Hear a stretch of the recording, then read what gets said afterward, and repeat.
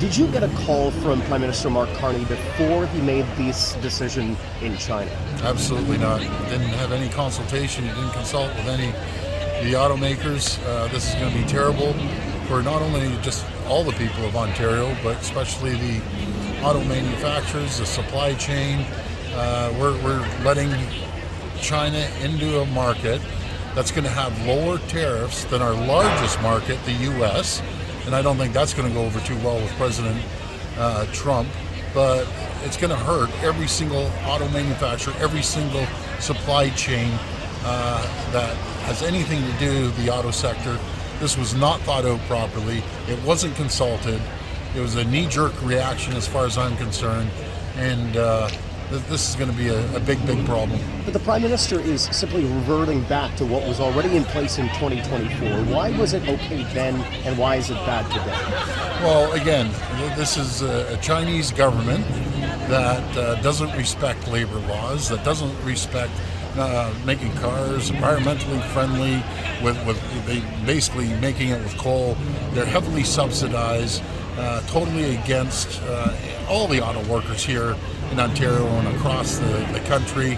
This is not a good situation for the auto sector as a whole. So what is it going to mean, do you think, for the future of the auto sector in Canada? And you had mentioned earlier this week that it could jeopardize the talks with U.S. President Donald Trump. What effect do you think it'll have? Well, first of all, anyone who buys these cars, they won't be allowed to go to the U.S. Cybersecurity. I call it the spy car that they're bringing in, and they won't be allowed to get over there. And it's going to tick off the Americans. 80% of our autos are going down there. I believe that, speaking to the auto sector, speaking to the supply chain as well, they were coming up with a collaborative agreement, but now throw China in here for what? They aren't going to manufacture here.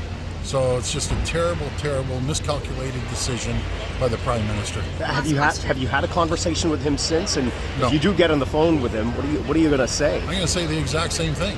What I said right here. This wasn't thought out. No consultation at all.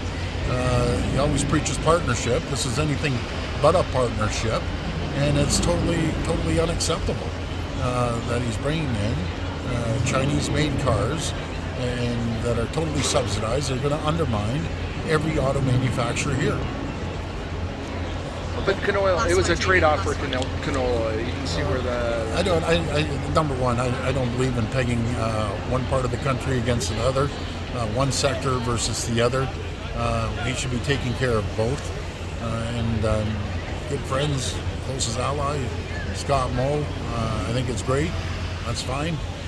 Along with our East Coast premiers on the lobster, but it's just really annihilated the auto sector. You call these spy cars, but the only vehicles from China that are currently able to produce or be sold in Canada right now are Polestars and Teslas. Are those spy cars? Well, I put it this way. I'll be very honest.